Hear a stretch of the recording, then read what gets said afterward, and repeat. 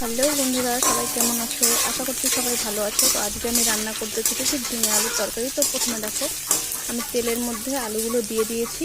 দিয়ে আলুগুলো একটু লাল লাল করে নাড়িয়ে চাড়িয়ে ভেজে নেবো। আমি দেখো লাল লাল করে এই পিঠটা আমি ভেজে নিয়েছি।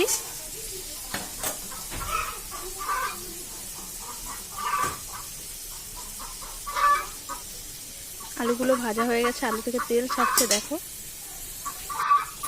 এরপর দিয়ে দিলাম আমি জিরের গুঁড়ো একটু, আর দিয়ে দেবো একটুখানি ধনে গুঁড়ো।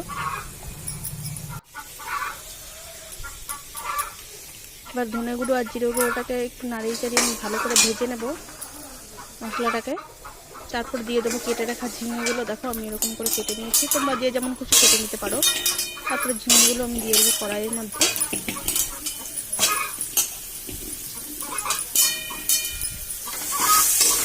ঝিঙেগুলোকে একটু ভালো করে আমি ভেজে নেব।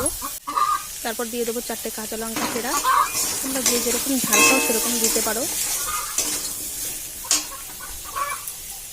গ্যাসটাকে হাই করে নেবো। এবার দিয়ে দেবো সামান্য পরিমাণে লবণ,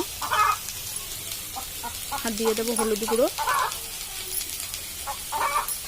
এবার ভালো করে একটুখানি ভেজে নেবো দুটোকে আমি। তো দেখো ভাজা হয়ে এসছে। এরপর দিয়ে দেবো পরিমাণ মতো জল। দেখো আমার তরকারিটা ফুটে জল দেওয়ার পরে এরপর তরকারিটা কিছুক্ষণ ফুটতে দেবো। ব্যাস এইভাবে নামিয়ে নিন। গরম গরম ভাতের সাথে খেলে খুব স্বাদ লাগে।